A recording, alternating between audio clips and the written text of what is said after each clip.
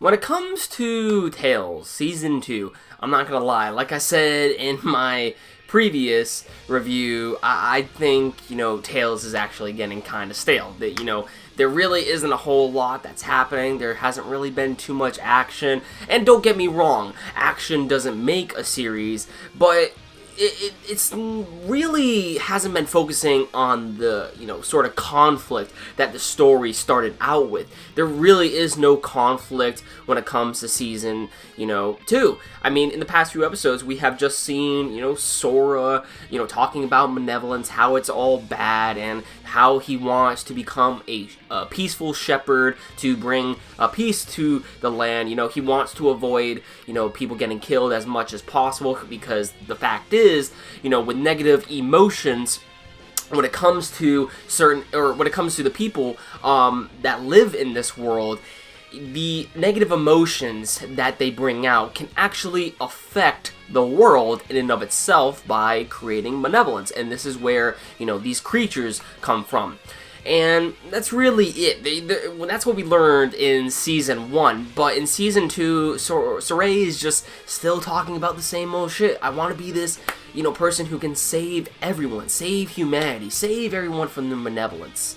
I get that, Saray. I get that. You are basically saying the same thing every flippin' episode. But when it comes to this episode, I'm not gonna lie, it was actually pretty interesting. So in the last episode of Tales of Zestiria DX, we got some introduction to Rose's past, which was pretty interesting. And apparently, she, in her past, she was brought up by a father figure of hers called Brad. We know that Brad ended up taking on Rose from, when he saw her on the battlefield. She's like a child orphan, so to speak, traveling the battlefield. She was a child of war, and Brad finally found her and took her under his wing. Now, in this episode of Tales of Zestiria, we get to see more of her past. As we know that Rose is in the merchant guild called the Sparrow Feathers. However, she is the leader of the guild known as the Scattered Bones. That much we do know. But apparently, the guild, or the clan, the group that Brad was in, is, the same guild that Rose was in. I can't really remember what the name of that guild was, but I think it started with a W or something like that. But anyway, when it comes to this event that happens in Rose's past during the time that Brad was still alive, apparently Rose was actually about to get married from someone within the group. However,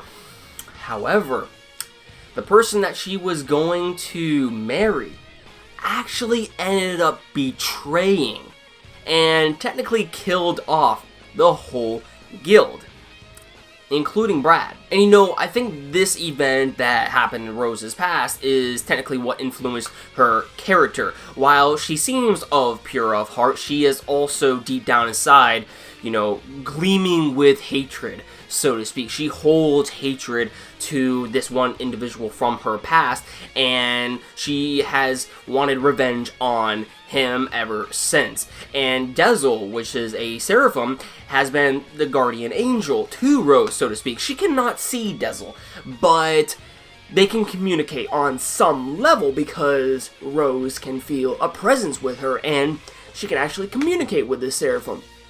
As to why she has this sort of presence, I don't really remember if they explained it or not, but that's what we can get from that in this episode. But anyway, when it comes to how this, influenced Rose's character, this is most likely how she ended up coming about with the whole Scattered Bones Guild. She wanted to take action to kill those who might kill others. She wanted to kill those who were corrupt in order to save everyone for the greater good. Kill one individual to save, a whole lot of people, so to speak. And this is where the Scattered Bones comes into place. Now that we got that out of the way, we actually see by the end of this episode that Rose ends up actually going to the location that her, I guess you would say, fiance her fiance that now has betrayed the the group that Rose was in the past. She actually ends up finding his location and is ready to actually kill him. She ends up stabbing him in the vital point, which could have been his heart, but it seemed as though it did not work. It seemed more like, I guess, it was the chest, and it seems like this individual is about to die.